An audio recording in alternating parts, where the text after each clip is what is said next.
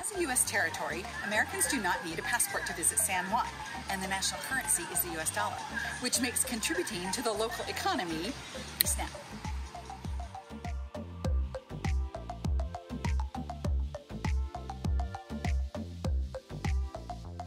I take my responsibility of visiting another country very seriously, meaning I contribute to the local economy by staying in their hotels, eating at local restaurants, hiring tour guides, and of course, shopping at locally owned stores.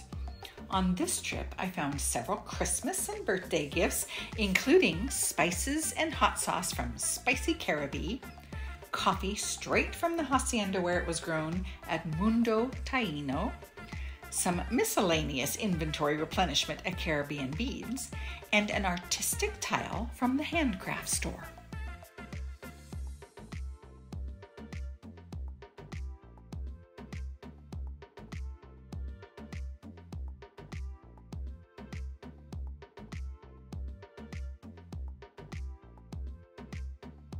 On a previous trip, I bought a piece for my perfume bottle collection at Puerto Rican Art and Crafts, and coming back to the store felt like visiting an old friend.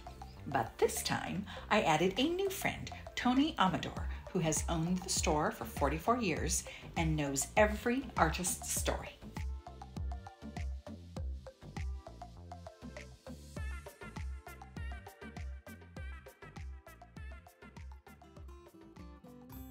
So we're just gonna have a conversation, okay?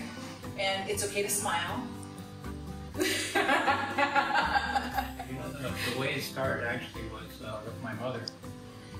And really the reason why she started was I was a junior in high school in Puerto Rico, San Juan. And she was the bookstore lady in our school. And because she knew every teacher, everybody, you know, I told her when I finished my junior year, Mom, do you think you could just stop working here? Because, you know, I'm going to be a senior next year. So she agreed to stop working. And then she got into that summer ceramic classes here in Old San Juan on a roof with another lady who I know, her husband is a friend of mine. And within 2 or 3 years, she started selling ceramics in front of the piers down next to the waterfront. But just goes to show you that even with that, me being such a jerk, telling her not to be in the school anymore, she realized it and didn't feel bad about it. You were a teenage boy. It cannot be helped. It's normal. You're a brat. What you are. But, at least you can admit that, right? All these years later. Eventually, my father had this building. And this is a restored building, isn't it? Right. Yes. An old finance building, might be 20 years old, maybe 150 years old. But he had this building, and then the person that was renting it was a men's clothing store, blue jeans, shirts, whatever. And they had found another place, so the building was empty. So he decided then to bring the store, the small, very, very small store, and we put it here around 44 years ago. So I've been here like 44 years. But well, you must have done it when like you were... I must have been like 25, 26 years old. But, because I'm 68 now. But, so little by little, the first 2 or 3 years was very difficult because we didn't have that much merchandise. But little by little, we learned as we went along, and within 4 or 5 years, you know, we were doing fine. And how many artists do you have represented here? Well, it's kind of hard to calculate, but I would say painting and artist-wise, probably like 20. And then the ceramics is probably like another 50. So it's like 70 in total.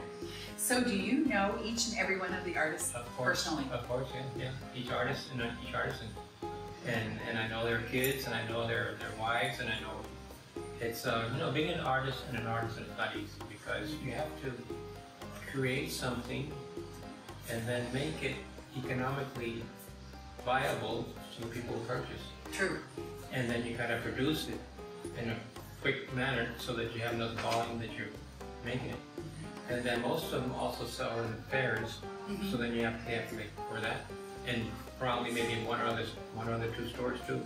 So you really have to be a very dedicated person to it full time. So it's, but yeah, each one's a different world. And to give you an example, the guy that does little dolls has 2 master's degrees. and stayed in stage design. And he was doing stage design in Miami, but then things went down like 15, 20 years ago, and he moved back to Puerto Rico. And then he started producing these dolls out of his own imagination. He did it, and the source comes from his grandmother was a ballet dancer, and that's where he got the inspiration for making the dolls. They are typical bomba and plena dancers.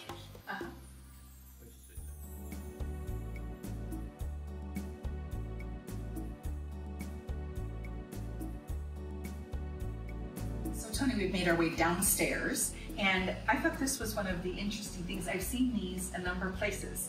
So tell me a little bit about it, because it's heavy. It's very heavy, and in fact, if you put it in water, it'll sink, because it weighs more than water. It'll sink immediately. And it's called Guayacan here in Puerto Rico, which is actually an Indian name. But the scientific name is Lignum vitae, which means the tree of life. And it's a beautiful wood, very strong, has a nice black core inside. The reason they call them Lignum vitae is because in the old days, 100, 200 years ago, people would slowly cut some off and make dust out of it and then use it as medicine for different treatments. And that's why it's the tree of life, because it would help you with different diseases you might have. But it's a great piece of wood, and it's on the endangered species list, so you can't cut them down.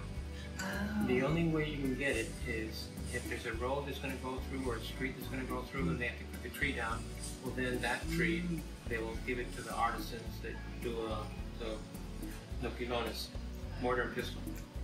So what do you do with it? What do you make in here? Okay, well they do the sofrito, which is like the base condiment for any food. So they put garlic, they put different herbs, and basil, stuff like that, and just start smashing it, onions too, and that's the basic condiment that they'll use for either the beans or the steaks or whatever.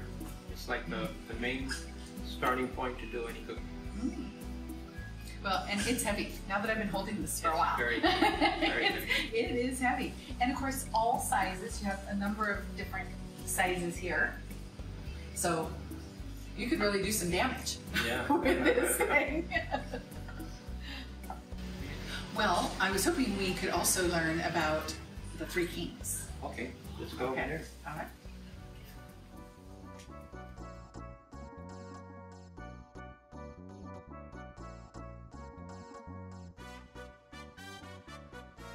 Typically carved out of cedar wood and then painted, the Puerto Rican Magi, or Three Kings, are often depicted on horses and are important figures in art all year round.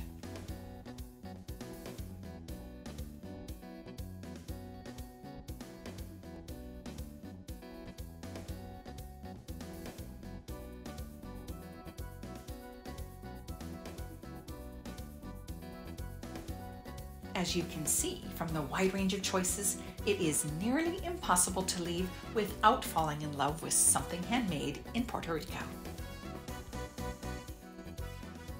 So a note about the weather in San Juan. It is in the tropics, so expect it to be hot and humid all year round. Plan accordingly. I'm Ms. World Traveler Kerry Damiano, reminding you to travel safe, shop smart, dress well, and be grateful for everything.